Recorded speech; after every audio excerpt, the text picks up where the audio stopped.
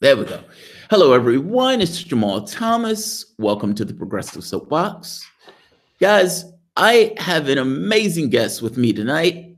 I've talked to this cat for maybe 2 or 3 times now. He's been nice enough to come onto the show to discuss what's taking place across the pond. We have Gordon Dimmack. Gordon Dimmack, welcome to the show, my man. Hi, Jamal. Hi, everyone. Gordon has a show. He has a channel on his own. Please check him out. I will put his information at the bottom so you guys can find him. He covers politics in the United States. He's covered politics in the UK. He covers, essentially sits on his perch at the edge of the world and looks out at the universe in a similar way that I do. So absolutely check him out. He's goddamn awesome. You're far more philosophical than I am, mate. I call it sitting in my front room yelling into a camera. That's what I call it. But I'll take your philosophical view. Fair enough if you want to call it that way. I'll make it more epic. My wife says I make things more epic than they are. Fair enough. So let's talk about Brexit. Brexit. So what does Brexit mean? Brexit means Brexit. What is Brexit? Brexit is this thing that nobody can explain. It's this mystery. There's a guy over here, there's an actor called Danny Dyer. And he's been in about 120 movies, and they're all terrible, but he's a really great person. He's a great person. He's a proper Cockney geezer, you know, up the apples and pears, that sort of guy. And he went on TV and became a national hero because in one of the rants he had, Jeremy Corbyn was in the studio at the time, sitting opposite him. He called David Cameron a twat. And obviously on live television, and he said he's been the person who has come closest so far on mainstream television to actually explaining what Brexit is. And what Brexit is a total mystery. Nobody can figure it out. You watch Question Time, it's a joke, it's a comedy. Well, they only ever really talk about certain pieces. I mean, from my understanding, I remember when this took place years ago. I mean, like last year, I said, I don't know how they solved the Irish border issue. I have no idea how they solved that issue. And not just that, this idea of we want to leave the European Union, but we also simultaneously want to remain part of the single market. And it's like, how do you do both?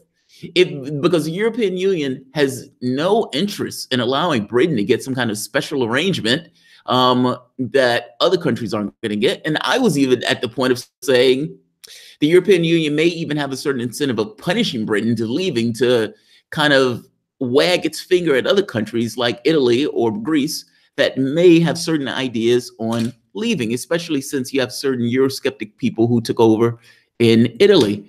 And I don't think I'm wrong on it. In fact, it seems like they've taken this position of we're a rules-based organization. And as a rules-based organization, we can't allow Britain to, if you want to get access to the single market, you have to follow the rules of so-and-so, which means you're going to be into some kind of association with us.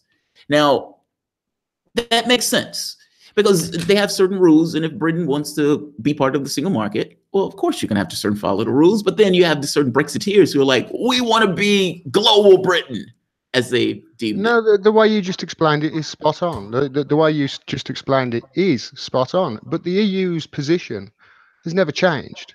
Yeah, it's not like they've been moving the goalposts all along. You know, we haven't even been moving goalposts. We're not even playing that sport. We're off talking about other things because they don't want to talk about the real issue.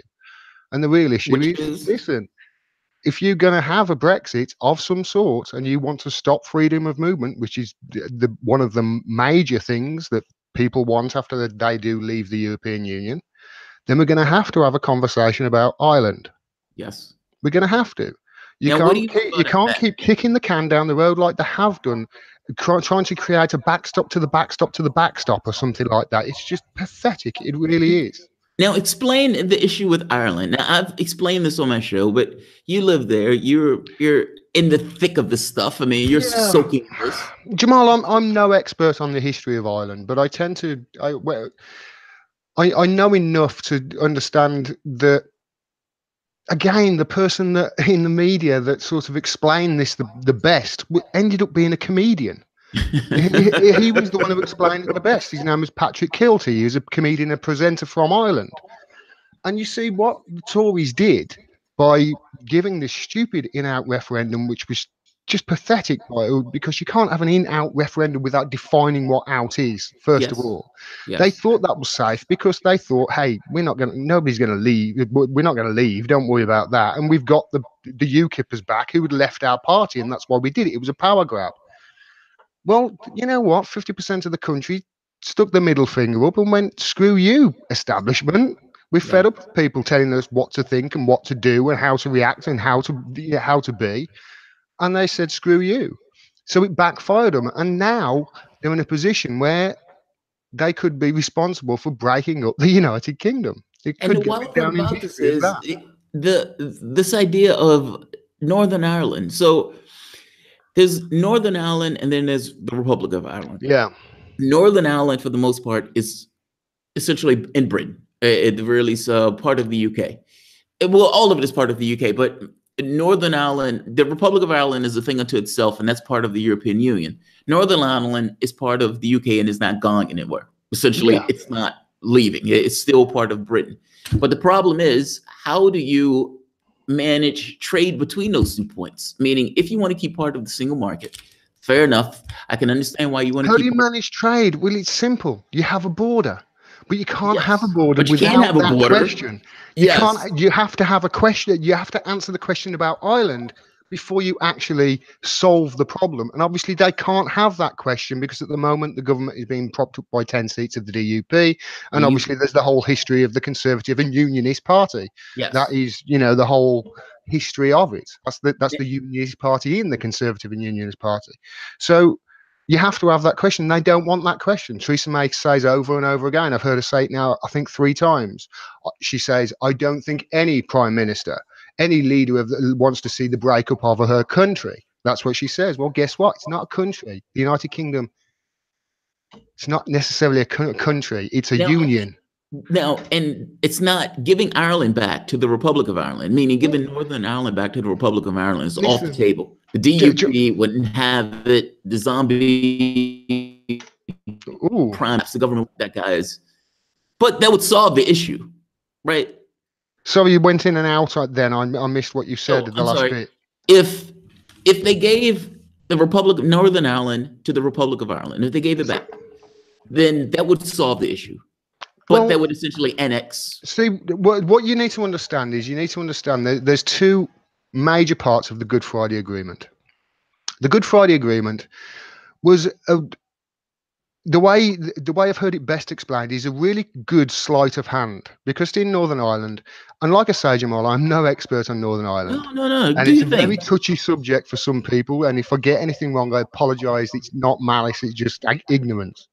But there are 2 main stipulations to the Good Friday Agreement. First of all, they can never be a border.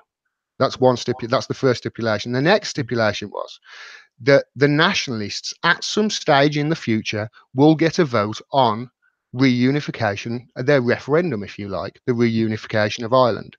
That is 2 of the stipulations in the Good Friday Agreement. So the Tories, by throwing the dice and rolling the dice on this Brexit disaster and it backfiring on them, they have opened the door to the reunification of Ireland, because although the nationalists are a slight minority in Northern Ireland, some people will say they're a big minority, overwhelmingly Northern Ireland, those 6 counties, voted to remain in the EU. Yes. So this factor plays into their obviously what they want, which is a unified Ireland. Now, the Good Friday Agreement gave them the illusion that they were a whole country, because there was no border there. It gave the illusion that it was a unified country, and it gave the Unionists the illusion, because they were still part of the United Kingdom, etc., etc. And like I say, I'm no expert on it, but it seems to me that unless you come and answer that question, you're never going to get a Brexit of any kind. You have to be able to answer that question almost first and foremost. And that's the difficult part. And also, this is the part that none of them during 2016 and the referendum, or 2016, none of them were talking about that. This is the big sticking point, and none of these talking heads on TV and these so-called experts, none of them were talking about it. So do you What think does it's that going to? say? What does that say to you about how well they actually thought this out Well, I don't before think they they thought went it and out at did it? all. I No, think it was kind of like a they Clinton never thing in the thought. United States. They Like never this thought idea for a of second. there's no way that Donald Trump can win. We're going to Hmm. put Donald Trump, we're going to push this idea of Donald Trump being the candidate for the Republican Party because there's impossible that Donald Trump can win. Oh my God, Donald Trump won. And it's same thing with the Brexit thing. They thought they were going to put it up because nobody was ever going to vote for Brexit. John Cameron staked his prime ministership on it, lost the prime ministership because of it, in this kind of weird way, almost like he was crying on the podium. Did you see that at the end of the thing where he's telling Jeremy Corbyn, "Go away, man, just go away"? Like he's like losing his shit on the podium. I saw a guy that didn't give a shit. I remember him doing his interview and his mic was still on as he walked back into the 10 Downing Street, and he started whistling as he walked along the corridor because his mic was still on. He didn't give a shit. You don't think? I think he gave. Shit. I think he was embarrassed that he lost the prime ministership and that Jeremy Corbyn outlasted him. That's what I think. Whether or not he gave a shit about the Brexit thing, I do think he cared because it looked like he was going to cry at the podium. That's all. It was God. It was emasculating. Maybe he was. Maybe I just don't see him as a human being, so I didn't think he was capable of emotion, so I didn't look for it. Maybe that was the case. So do you think it's going to be a Mad Max Brexit? Do you think they're going to be able to pull together something, some kind of fudge to make this work? The first time I came on your channel, was what, 6-7 months ago, or whatever it was, I remember saying to you that a second referendum was in the works, and I think what I explained to you was, I said there was going to be further referendums even before the result of the first referendum. I said if we vote to leave, there'll be another referendum, at least one more referendum, possibly multiple. Nothing as I've seen since has changed my mind on that. In fact, the way things have panned out, it's confirmed that thought. And I think that the referendum is going to end up being in some way a general election, and two sides picking, one side picking one and one side picking the other. That's fascinating. Go ahead. I'm sorry. I don't think Corbyn is going to come out with his vision on what the Brexit is going to look like, because he's been eerily silent on it. All he wants to do is just say, these are our 6 tests. If you meet them, we'll vote for it. If not, then we'll. All he wants. He doesn't want anything at the moment. See, all the papers are talking about at the moment over here is, if he comes out and supports a referendum, then he's going to lose support. And if he comes out and tries to stop Brexit, he's going to lose support. Listen, he's not going to do either of those. What he wants is another election. Yes. So do I, to be fair. That's what he's got his aim on. So the last thing he's going to do is come and do anything that's going to spoil his chances there. Because as we know, when an election is called, there are certain rules that the broadcast media has to play by in this country. And that guy, when he talks, he inspires people to vote for him. Yes, he does. I agree with you on that. I thought that too. My thought was, clearly he wants another election. I mean, he essentially wants to get the opportunity to run because he believes that he's going to win if he runs. He will. I think he will too. The second part to that is, I don't know what he would do for Brexit. Like, it's one of those things of the 6 tests is somewhat innocuous. It's a bullshit. It's a bullshit. It's a bullshit. We're not going to tell you what we're going to do. Right, what it is. Right. Bullshit. We'll tell you when there's an election called. All right. That's what it seems like to me anyway. But my criticism of Jeremy Corbyn is always the same. He's not radical enough for me. I want him to literally just say, right, okay, thanks very much for electing me. Now, what we're going to do is we're going to throw capitalism overboard. Okay, let's all get on blockchain. But he can't do that in the European Union. No, and this is another thing that drives me crazy. You've got people saying that, he wants to stop in the European Union. Do you know anything, you idiots, about who this man is? The guy hasn't changed his position on anything in the last 50 years.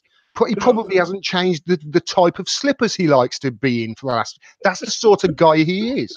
This is a guy who is a self-confessed, fully fledged socialist. Yeah. Who knows unabashed the EU as a construct is quite an anti-socialist organization. Yes, it is. And his hero, Tony Benn, Yes, it is. just Yes. happened to be the loudest, as far as I can remember, anti-EU voice this these Westminster has ever had, or Yes. one of them.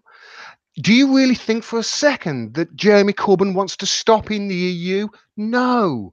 He just wants a union with the EU so he can work with them and do his own thing. And he will invest massively at home in the economy. He will invest massively. He will probably break the fucking whole system. And you know what? It's all a fugazi fucking fairy dust anyway, so who cares? Yes, that's true, by the way. George Galloway talks about this. Yeah. About this thing of the European Union and how, because George Galloway makes the left-wing argument for getting out of the European Union, with the argument being Jeremy Corbyn can't enact the programs that he wants to enact inside the European Union, which means anybody who's been watching politics closely for any length of time longer than 6 months fucking knows this. And the fact that they are not talking about it means they're not talking about it on purpose. Now, the fact that George Galloway, a man who's been right constantly for the last 20, 30 years, when all these motherfuckers on television have been consistently wrong, should tell you as to whose voice we should actually follow in this story as it goes along. Yes. God, this is why. Have you noticed how the people who have been consistently right, Jamal? Have you noticed? I've noticed this more and more.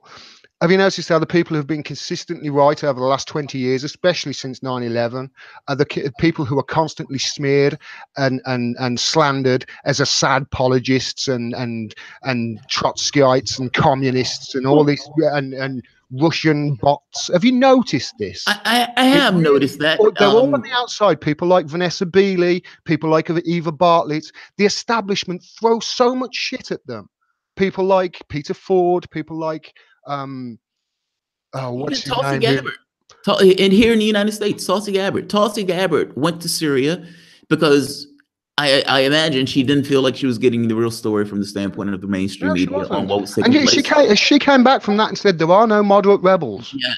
Yes. She said, for all intents and purposes, she said, yes, she met with Assad. She says, but we are funding terrorists and we need to stop funding terrorists. These guys are killers and rapists and we need to stop. Yeah. Now, Jake Tapper's head almost exploded on national television when she told him that. Now, the wild part about this is you would think that Jake Tapper would say, really? We're funding terrorists? Why do you believe we're funding terrorists? And allow her to explain what her experience was. Because if Jake Tapper did know, and it wasn't a surprise that we're funding terrorists, then surely that would be his reaction. And if his reaction isn't that, that means he fucking knows they're funding terrorists, and he's not telling the audience on purpose. There is proof that Jake Tapper is a sellout. Yes, Jake Tapper Insert expletive there. Aware that the United States, that weapons were going into the hands of terrorists. Jake Tapper just wasn't telling those people. You're absolutely right. The people who are right, it's me. And the wild part about it is some of this stuff is relatively simplistic. It's like, hey, maybe we shouldn't be bombing certain people because that's going to have certain consequences when we invade and countries and all this other stuff. There are extreme consequences when you go into another country. There are going to be fallout. But no, they play this kind of political chess and all this other stuff. They think they can pull this off. Man, you're absolutely right on this point.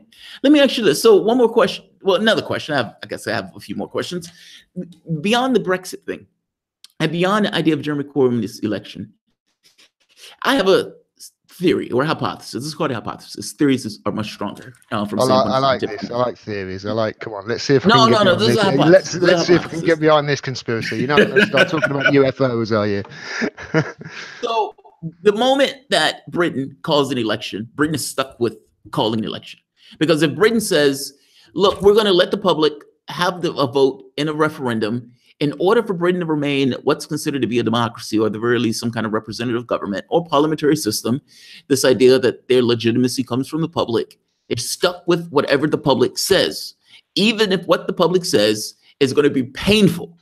So when Britain comes out and says, we're going to have an election, and the public says, we're fed up with the system the way it is, fuck off. We're leaving. We're out. We're getting rid of the European Union. We're going to be global Britain. Yeah. The moment that they say that, the people in power say, fuck. Now, You may have certain people like Jeremy Corbyn who says yes, but Jeremy Corbyn can never say that yes. He only says that between him and his God because it allows him to enact the policies that he wants. And he knows that this is the best and a prime opportunity, this level of chaos, hiding the contradictions, for him to be able to enact the policies that he wants to enact. But the establishment order in that particular part of Britain wants to have a second referendum. They are foaming at the mouth to have a second referendum.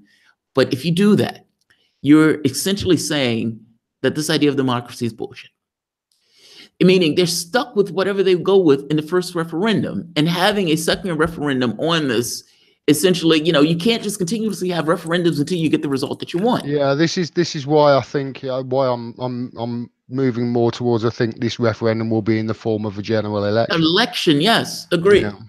They'll have the referendum, but it'll just be in the form of the general election. Some people say that's already happened. Some people say that that happened last year, but that wasn't. That was just a leveling of the playing field, so to speak, just to basically say to not just the establishment but the media and the country, hey, listen, you are reporting things way differently than the way things really are for people, for everyday ordinary people in this country. They are hurting. And that's twice, meaning Brexit the first time around. Yeah. And then when Theresa May called that snap election, and that snap election, she got broken in that snap election. Yeah. But I mean, people do say, oh, Corbyn, he couldn't even beat May. That's what they say. Hey, 20 in points he made up in 6 weeks or 8 weeks with it. 20 points. That is unheard of. Yeah, unheard of. The last time anybody beat a gap that much, I think it was because Kennedy got shot. I think that was the last time somebody lost a lead that big. So shit. I hope nobody's going to get fucking. That is grim. That is grim. But go ahead. But that's pretty much as it stands. It was a huge achievement, that was, and it really. I said to my mom, I said to her about 18 months prior to that election, when he was just fighting off the latest in whatever coup attempt was against him in that year. But my mom said, "Oh, what do you think of him, Gordon? He's a bit of a wet willy, isn't he?" She said. I said, Mum, you wait. I said, if people start hearing his message and what he says, he's going to gain in popularity very quickly. And she said, really? I said, watch him.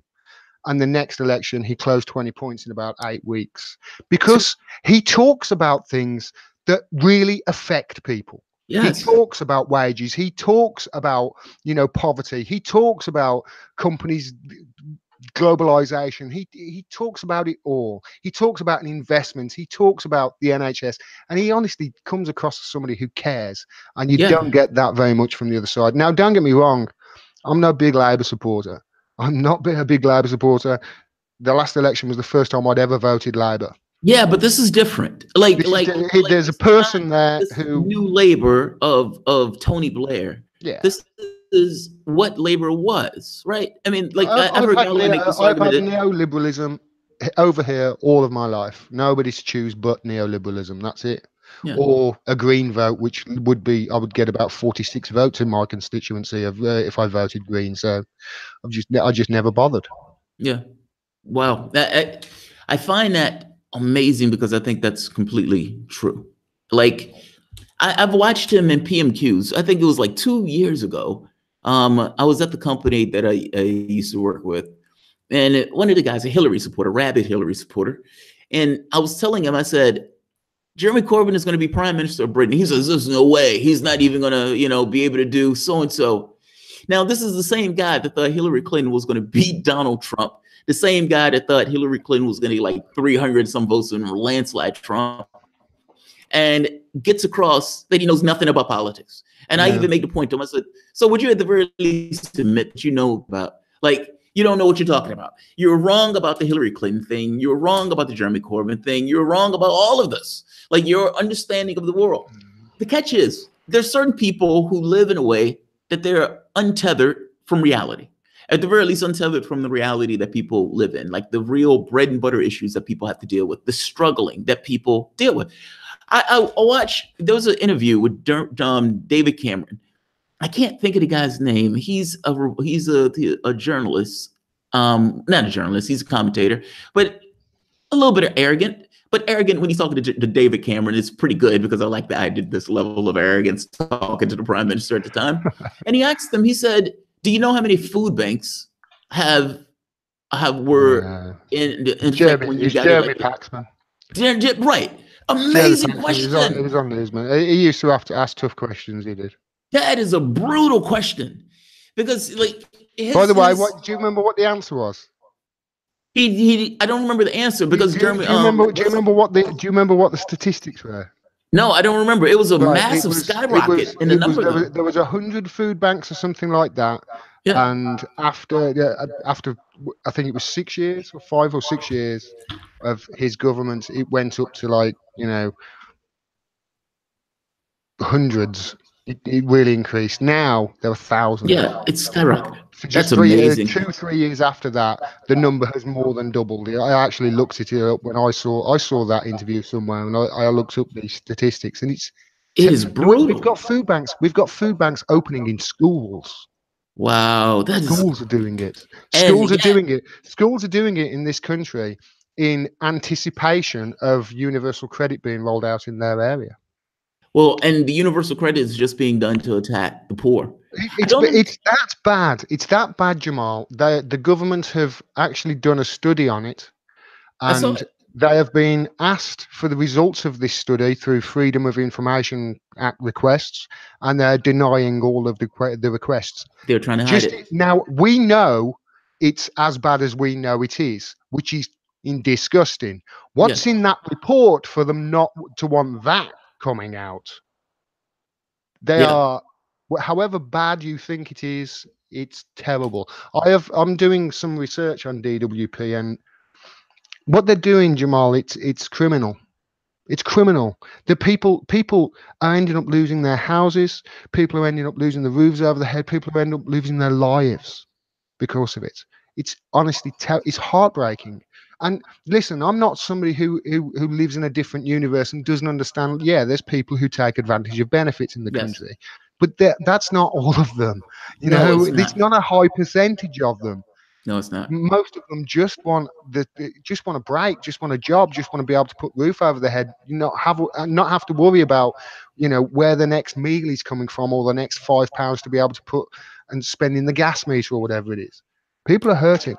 People are hurting, and they're turning the screw harder and harder. And if we leave this European Union, if we leave the European Union with a conservative government, however bad you think it has been so far, fucking hold your ass.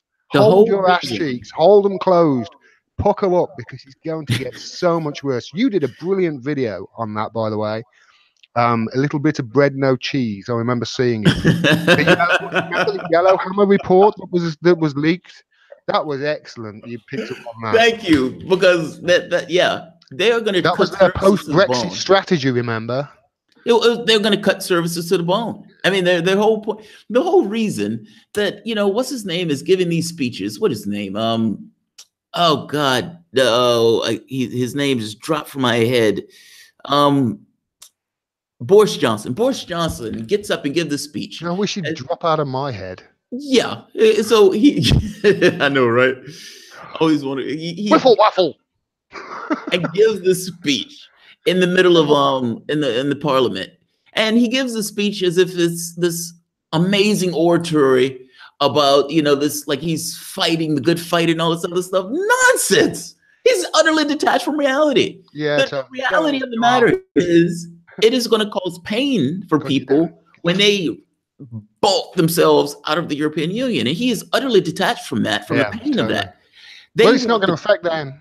It's not going to affect them. They want to cut services to the bone. That's what it boils down to. They want to drop taxes for corporations. They want to cut services to the bone, and the European Union prevents them from doing those things. That's what it boils down to. That's the reality of this. In West Virginia, I did a story on West Virginia. West Virginia has a poverty rate where 25% of the kids are in poverty. 25%.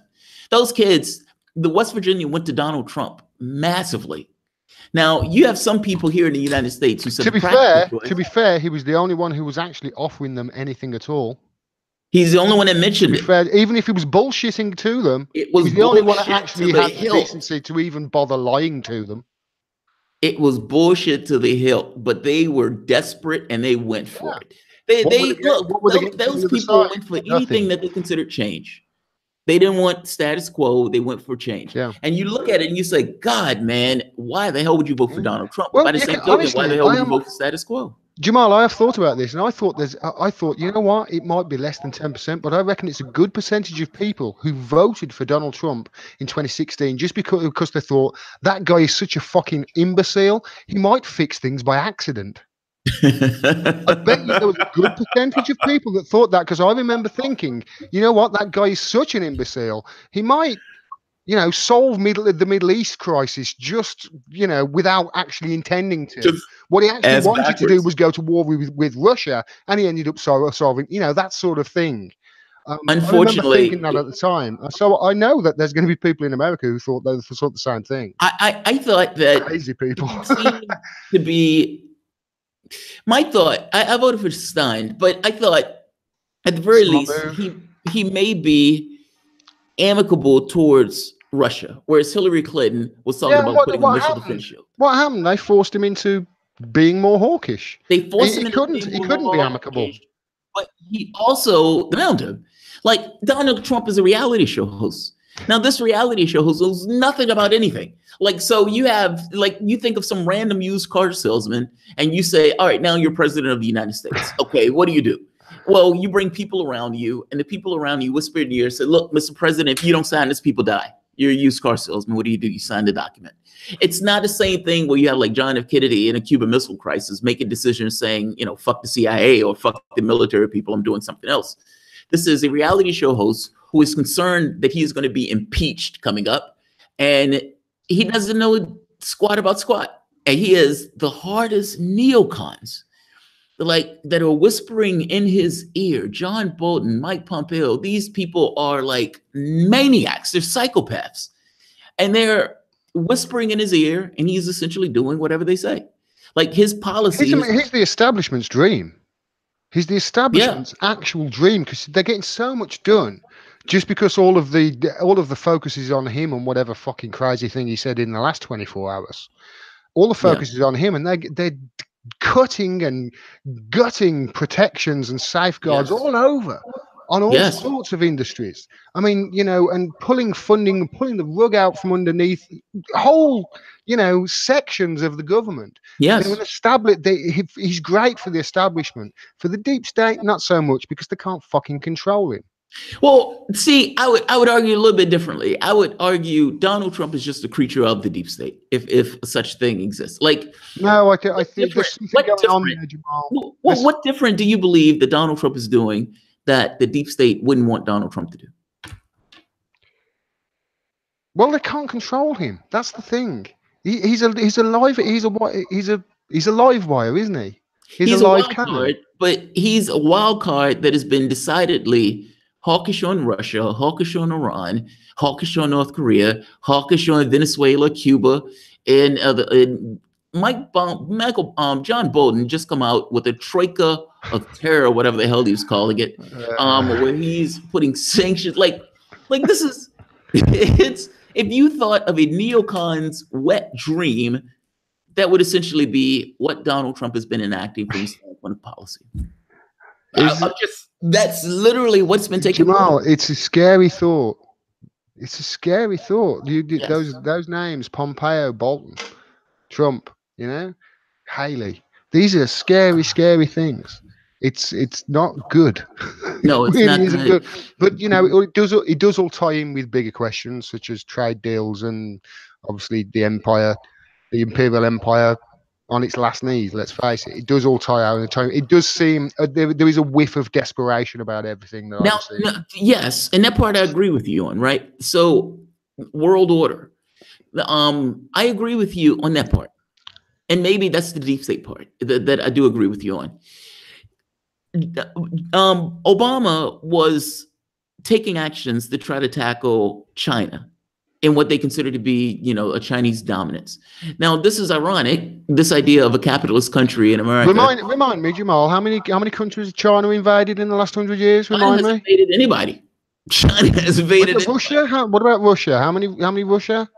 How many wars should I be think in it the was last 100 one years? that Russia invaded, or maybe one or two, but the one or two that they invaded more so had to do with the reasons that NATO was essentially encircling the country. And how many is your government with my government's assisted in right now? How many wars? Remind me. Is it 8? It's depends on what you consider wars. So 8, yes, active, but you Anywhere also get we're into this thing of dropping bombs, sanctions. probably more than Where you have sanctions on Cuba and yeah. Venezuela, and Yeah. it's They're probably shooting themselves in the foot with regards to Saudi Arabia at the moment. They're probably kicking themselves at the moment with regards to how they've treated Venezuela. Because Venezuela, when you look at it on the face of it, Venezuela would be an awesome country to literally just fix whatever broken system they've got with the petrodollar and their ties to Saudi Arabia. They could get it from Venezuela, but there's so many bridges been burnt there over the last 40, 50 years in South America. Man, the hard right in the United States are out to fight communists. Yeah. Now, this sounds utterly nonsensical. It's like something from a comic book in the 50s, isn't it? It is.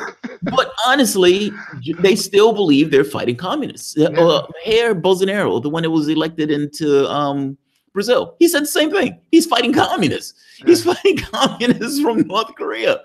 And John Bolton and the worrying thing about that whole story, by the way, is that he wasn't the favorite to win. The favorite to win, and they thought, ended up being, he ended up being charged with something. From the reports I saw, let's just say that there were. It was nonsense. There was an undercurrent of foreign policy from somewhere. The manufacturing. So I remember it wasn't long afterwards. The ex-prime minister, ex-president of Argentina, was indicted on some sort of fraud charges as well. Yes. And I remember seeing a documentary with her, and I think it was it her husband who was the prime minister before her? I think that was the case, or it was her father or something like that. Sort of definitely something to do with the family. And they seemed wonderful, and they were proper, following in the Bolivarian spirit of South America. And they were the ones who got done on corruption after they were ousted by the right-wing government, or the I think it's the right-wing in Argentina. The United States has taken an active role in instigating itself into the affairs of South America. Yeah, and now there's a caravan of migrants coming towards the southern border, and nobody in the media is shouting, "Hold on a minute.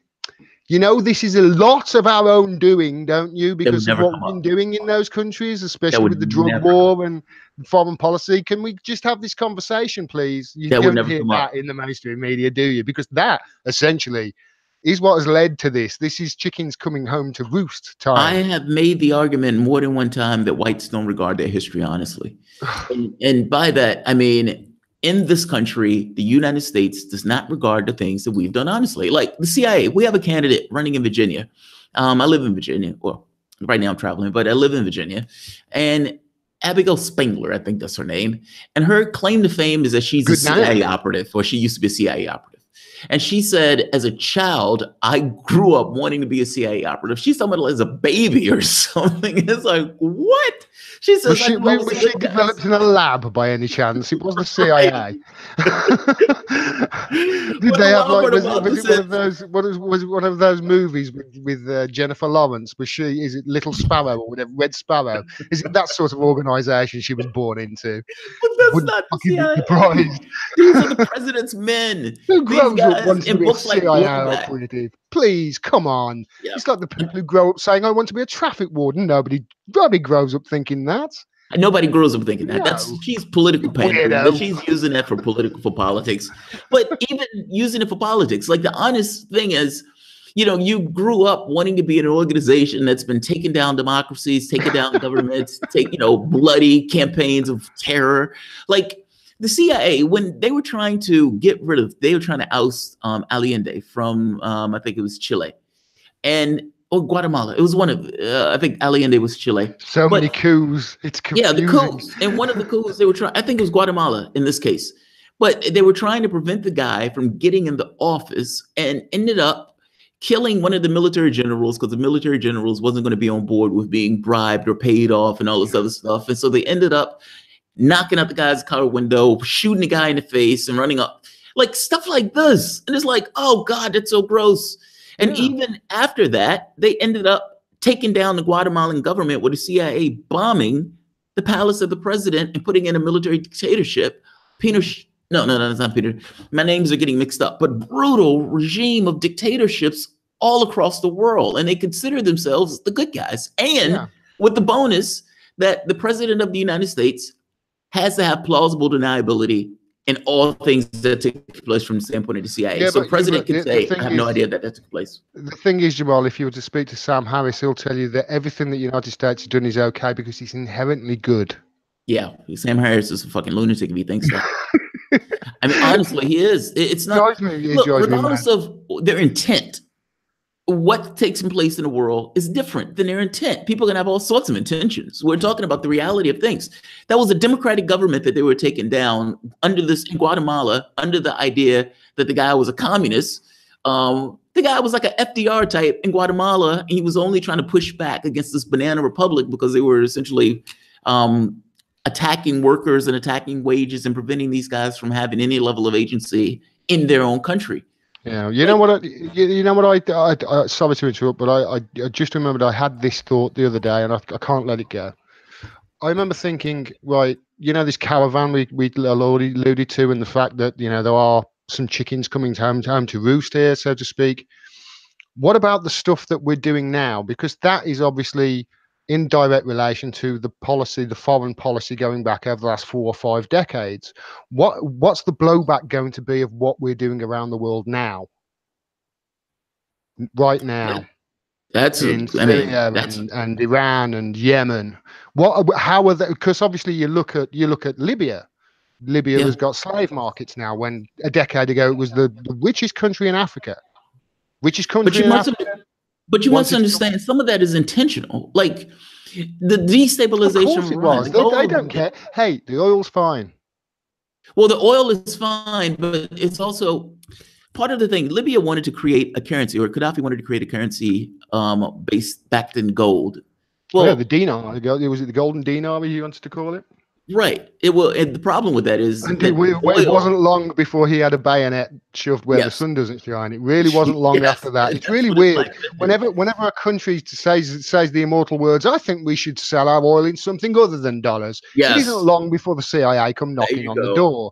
It's happened in Syria. It's happened in Iraq. It's happened in Libya. It's happened in Venezuela with sanctions and the obviously all the CIA, the coup attempts over there. Remember, it wasn't long ago that Chavez actually had a gun pointed at his face, and that was they didn't cover that in the John Oliver sketch, by the way, about it. The John Oliver thing about Venezuela's history, he didn't quite cover that that happened just 15, 16 years ago. Allende was Chile. Arbenz was Guatemala. Right. Some of this stuff gets jumbled in my head. I've read through multiple books by Chalmers Johnson. The guy is amazing historian, and he detailed. I tell you, there's some goddamn intelligent people out there who really are undervalued. The more I've done research, the more I've come across some absolutely wonderful thinkers, and it's enlightening. Oh, by the way, going with the thing of fallout. The goal of Iran is not necessarily to regime change. It's to try to create a situation in Iran like in Libya. The last thing they want in Iran is a stable government. Saudi Arabia, United States, and Israel have created this kind of weird triad. And in order to create a power center in that region that doesn't necessarily deal with Iran as a power center, they're perfectly okay with Iran completely imploding, where they don't have any level of power to access or to reverberate out of the region. The consequences of that is not positive for the United States as human beings. It's not positive for anybody in Europe. It is positive for a small body of greedy neocons who essentially want to kind of export Saudi Arabia's or Israeli policy, I guess, from the United States might. I'm saying this in a weird way. Somebody made the comment that Saudi Arabia wanted to fight Iran to the last American. And that's essentially what it boils down to. They want to use American might in order to destabilize Iran, in order to create a power center. It's the thing with Saudi Arabia. The more I've learned about Saudi Arabia, the more I've learned that Saudi Arabia and America's ties go back to the start of the 70s. That's 40s. As far as I've gone back. 40s. Going back to FDR. It was really solidified though when they obviously when Kissinger went to Yes, Saudi Arabia and they struck the deal to get on the petrodollar. yes, Kissinger, by the way, wonderful man. yes, he is. You Kissinger. know, it's wild. There was a group of people who, the woman, she flipped out. And I don't know if you've seen this, is a clip where she absolutely flipped out and is calling him a war criminal. And she's like, "You're a war criminal, you're a war criminal." And there's people in the audience who are like, "Boo." And it's like, how are you booing her? She's right. Everything the woman is saying is absolutely right. It's a bubble, isn't it? There was a wonderful video I saw earlier. I love it when people scream in people's faces, or just a volley of facts in the other direction just to make them shut up. And I think Carl Kalinske, I think it was one of his videos, he highlighted something that Cenk Uygur went and did this speech at the press association, and he just called them out to their faces, to their faces. Yes. It was wonderful. And her response to it was just it was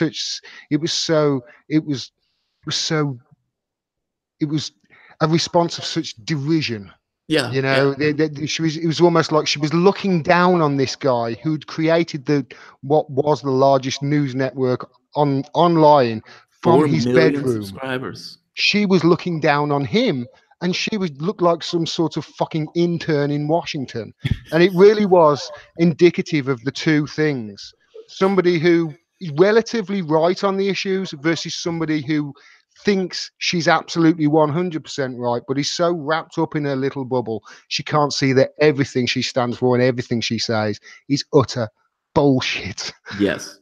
I love seeing it. Was a great video. If you haven't seen that, I know a lot of your audience and my audience don't like the guy, but that was excellent. I've had right many in my audience don't like the guy, but they liked him on that one.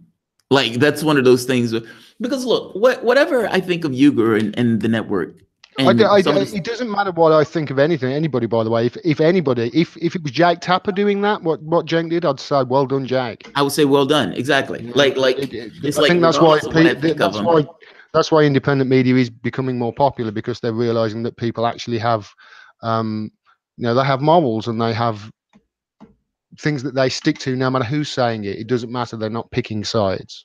Just trying to get to the facts. Calls you on that shit sometimes. Like if you as you go about your way, if you deviate from what you've gone for, you get called on it. Not so much media. Like with Rachel Maddow, completely turned tail. There's no calling on that. You know what I mean? There's no audience pushback. In fact, the audience, isolates her to some degree, because these guys are Hillary supporters. They're rabid Hillary supporters. It's not about what is right and what is wrong and what principles are. It's not about that. You only need to look at how they reacted. For instance, how the establishment reacted when they found. We spoke about Cenk Uygur, when they found out about him writing this blog post, 20 years ago, and he ended up being ousted from the Justice Democrats. To me, that felt like the establishment, sort of the cloak coming down on the Justice Democrats and them enveloping them into the establishment. Yeah. That's what it felt like to me. But the way they treated him as a pariah and other people on the left, yet Joy Reid does it. And everybody comes out like, I stand with Joy. I stand with Joy. Hackers. You can see that these are not principled people. These are not principled people that you're getting your news from, because it depends. If they're on your own team, we defend them, and if they're not on your own team or they're a bit of outsider, attack them and get them to lose their job and their position. Blah blah blah blah blah. It's indicative of the news, unfortunately, and also the establishment in general. To back up that point, I've joked Sam Cedar on my show. I've joked him a few times. I fucked up in one of my last jokes on him, because one of my audience members sent me a thing and said, "Hey, take a look at this." And I've been doing videos all day. I think I had like 9 videos, and I didn't necessarily look at the entirety of the video. I just looked at the clip, and I was like, "Oh, this is funny," and make fun of it. And I realized, oh fuck, it's not what I thought it was. I joked him in the past, but by the same token, when they tried to fire him from his job, I backed him up, because it was a bullshit thing that they tried to take him out on. there is such a thing as being able to, you know, have a certain degree of, I guess, integrity in the way that you go about your way, and try to be fair about it, as opposed to just kind of being these political cheerleaders of rah rah one side and fuck the other. That's not always the easiest thing to do, but it's one of those things that you can do. Like Beto, I've done stories that I've hated to do. Like there's stories where I want Beto to beat Ted Cruz. I want Ted Cruz to lose. I don't like Ted Cruz. Ted Cruz is a religious maniac. I want him to fail. My best day on the planet was when Ted Cruz was sitting under a Trump Pence sign after Trump had called his wife ugly. That is it brightens my day. I'd be amazed if Ted Cruz lost. I would. I'd be amazed. He is the epitome of the establishment kick dog, the punch bag. They would put him in just to punch him every day. That's who he is. He's just, I'd be amazed if he lost. The amount of 5 points away from losing. What is it, about a week away for the midterms now? Something like that? A week away from the midterms. You watch over the next week, there was going to be a massive amount of money pumped into his campaign. You watch the amount of late money going into his. What are the polls saying? Is he up or down at the moment? Beto is 5 points down. Ted Cruz is going to win that. They'll come out. He's going to win it. I'd be amazed if he lost that. I really would. I would agree with you, this. Ted Cruz. Don't get me wrong. It'd be great, and I'm not saying Beto O'Rourke is great. No. You're just saying you'd be amazed, and I agree with you. Beto has a big bridge to overcome, and not just that. But he's running as a flaming lefty, whether he's a lefty or not, in Texas. In red state Texas. In a statewide election as well. Statewide election. It would be bad. It would be hard enough in a congressional race. Statewide. That is massive. And that's why I love this, because if he loses in this fashion, oh God, I would bathe in his concession speech. Do you think they'll take back the House and Senate, by the way? I think they'll take the House. I don't know about the Senate. I think they'll actually lose ground in the Senate, the Democrats. Seriously, you think? Yeah, I can see. Is it McCaskill? McCaskill, yeah.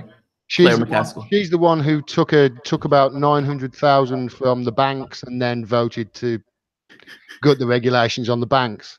So it's sort of, as somebody from the UK who it doesn't really affect, I'm sitting here thinking, yeah, fuck her. Yeah. Somebody here who it does affect. I think fuck her too. I don't care if that goes red. It might as well have been fucking red in the first place. So I don't really care. The funny part is there are some people here who would say vote blue no matter who. It doesn't matter. That, man. This is what got you into this mess in the first place. Shut the fuck up. You don't know what you're talking about. That's what I'll say to them. Sorry. I've got no time for them. Just shut the fuck up with your. I have no patience for that.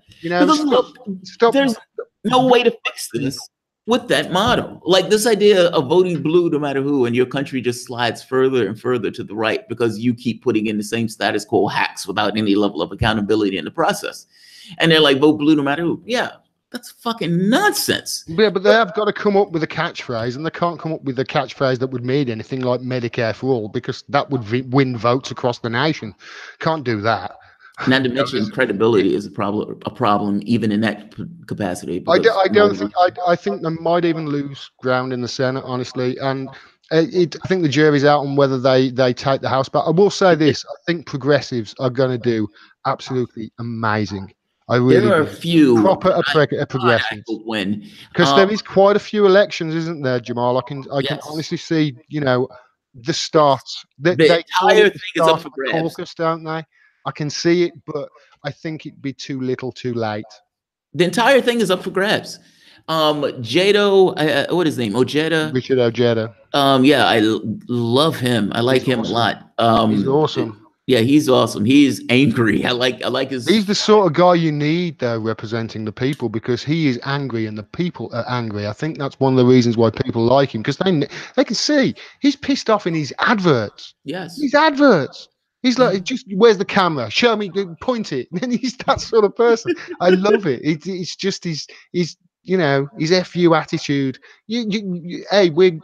I'll stand up and I'll lead you. You tell me what your problem is, I'll fix it. I love that. You got 25% of that country, that state, kids in poverty. Yeah, he should be angry. And Trump won that state by Yeah. that district by 49 points. Yep. And Yep. he's up, isn't he? He's Yeah. a flip or something like that. It is very possible that he can flip that state or flip that district. That's how you beat Trump. You don't beat Trump, vote blue no matter who. That's how you beat Trump, with a proper populist message, with policies that will actually help people's lives. You don't get that from the blue no matter who crowd. And I always say that we're your darker brother. I say that because we are further along that spectrum of shit and piss than you guys are. You guys seem to have a certain degree of sanity, even in the conservatives. Meaning, no, I think we just hide it better. Seriously, you think you just hide it better? No, because we've our country has, your history is what, 5 years old. Yes, we're young. You guys are like 1,000 years relative to the history of the United Kingdom, Great Britain. You're about 5 minutes old. So you haven't got a monarchy. You haven't got to think about all these things. You've got to think about all the moving factors. You haven't got to think about the aristocrats and the aristocratic history and the transfer of wealth and all this sort of shit, and castles and the Duke of Sussex and the Earl of fucking Westminster and shit like that. Well, we've got all that. So this is fascinating. My wife hates my opinion on this. But fuck it, I think I'm right. I agree with your wife. I usually do, because that's safe. So I see this thing about kings and queens, and I think this is utter nonsense. Like this idea that God appointed somebody to be, a king or somebody to be a queen. These people are pretending. They're acting. They're pretending to be kings and queens, and there's a lot of body of people who are backing them up in their acting. Now, am I completely wrong on this? Should the monarchy be dismembered in the UK, or is that heretical? That's heretic, you peasant. That's heresy. You can't say that. It's a nonsense, mate. These people are one. They're everybody's equal. Everybody's equal, but some people are more equal than others. They're royal. That person came out of a royal vagina. Do you understand how important that baby is? Do you understand now why the BBC have got to write article after article after article about this wedding that, by the way, we're paying for? Right there. And that's where all of this came up, because I was like, it's not that much. They don't cost that much, actually, per person, if you work it out per person. Yeah. They don't cost that much. But it's the whole aristocracy and the air of, we own you. Yes. We're your owners. The George Carlin sketch, I love that one sketch. I go back to it all the time because it was so true. They're our owners. They own you. You don't have free choices. They own you. And that's the feeling I get having a monarchy. Well, it's not just the monarchy. I mean, even here, it's like you can choose Pepsi and Coke. You can choose McDonald's, Burger King. But can you choose not to have your tax dollars go to, buying a new weapon that knocks a missile out of space? That's well, you see, it's really weird, because I see parallels with the way America have gone over the last 20 years, and the UK, obviously, with neoliberalism and obviously New Labour over here. And you had, the Clinton neoliberalism Democrats who shoved through all the shit that the Republicans wouldn't be able to shove through in their wildest dreams. Pretty much, and I can't think of anything off the top of my head. I'll have to look at the history, but I dare say that Tony Blair did something similar over here. We had a populist uprising on the left over here, the same as you did in America, but our populist uprising guy won his primary. Yes, he did. And they tried to cheat him, but he still won. And then they tried to cheat him again, and they still won. And then again, and they're still trying to do it now. They're excuse me. They're still trying to do it now. The streets are still trying to kneecap him. And obviously the Democrats are going to do it again with any populist left candidate that runs. Have you heard Tulsi is shopping for I heard speech writers and shit like that? So I heard some rattling like that. I heard her say something about that. I think it was on Joe Rogan or something, and she said people were asking her about running. She wouldn't rule it out on him, which means yeah. That's going to be interesting. I would vote for Tulsi. I like Tulsi. I think she's better than Bernie, mate. I like Tulsi. I think she's better than Bernie, and she'd also be more popular than Bernie, because I think a lot of people have lost faith in Bernie since he's bent the knee. Since he's bent the knee. Oh God, he bent the knee. They broke him. They broke him. I always say they broke him. I think they've got his family dog hostage. That's what I think it is.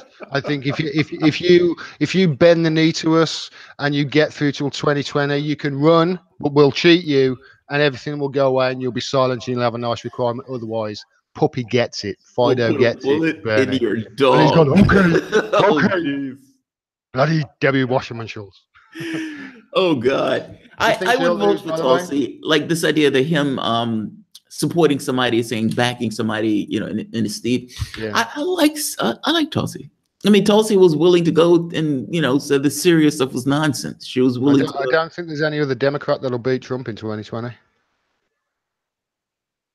I don't think Trump is going to be as easy to beat as I think the Democrats think he is. Oh, Democrats will just think, hey, don't worry. I know it happened last time, but it won't happen again. Yeah. Lightning can't strike twice. Yeah, they're thinking that he's going to be a pushover. Yeah, I honestly think that other than Tulsi, there isn't a Democrat, certainly at the moment, who I would back to beat Trump in 2020, no matter how badly he fucks up. Yeah, and that's it's terrifying because, the Republicans are going to go after Social Security and Medicare. And if Trump wins, they're going to take that as a license to do that. Now, that depends on whether or not Democrats keep the House or Democrats get the Senate, and whether or not they can be kind of a bulwark against that stuff. But I got to be honest, they would most likely make deals to cap or cut like Social Security and Medicare. Yeah. Like I don't have this idea that these guys are going to be, these invertebrates that we have in office are going to be some kind of real bulwark against whatever takes place from the standpoint of what Republicans want. They're going to make deals. And yeah, I mean, if you look at the House at the moment, how many seats have they got to take back to get a majority? Is it something like 25? 20, yeah, I think it was around there. You know what? That's not going to resist anything. Because they're Democrats. They overwhelmingly take it back. Not you need to take it back with a 50 or 60 margin, because you've got a lot of weak Democrats in there who will just vote Republican because they get, whatever back pocket thing that they get. That's the way politics works, isn't it? You scratch my back, but I scratch yours. I'm curious, how does that work in the UK? So in the United States, the candidates can get tons of cash. Now they can get this through various ways. One way through like super PACs, because we've allowed unlimited amounts of money to go towards. Yeah, we haven't. We've capped it. Yeah, as I understand it, we've just capped it. There is, there are rules on it. I mean, that's basically, you still have got two parties, but we've actually got two parties that are on opposite sides of the political spectrum, whereas you've got two right-wing parties. Yeah, that's basically what's happened. Our left-wing party, like I say, he won his primary, and we've dragged over to the left. As I understand it, the two parties, you've got the Conservatives that obviously take money from the corporations, etc., Citibank, blah, blah, blah, blah, blah, and the Labour Party, which is funded by the people and smaller contributions. Interesting. And that's the way it should be. And this is why Labour are increasing their vote, because, we are doing, it goes back to what I was trying to explain before. I probably didn't finish my point. We did it over here. Mm-hmm. America missed the opportunity to. And I mean, Bernie Sanders used to start his rallies, didn't he? It sounds like we're a unit. You want a revolution. Yeah. Sounds like you're ready for a revolution.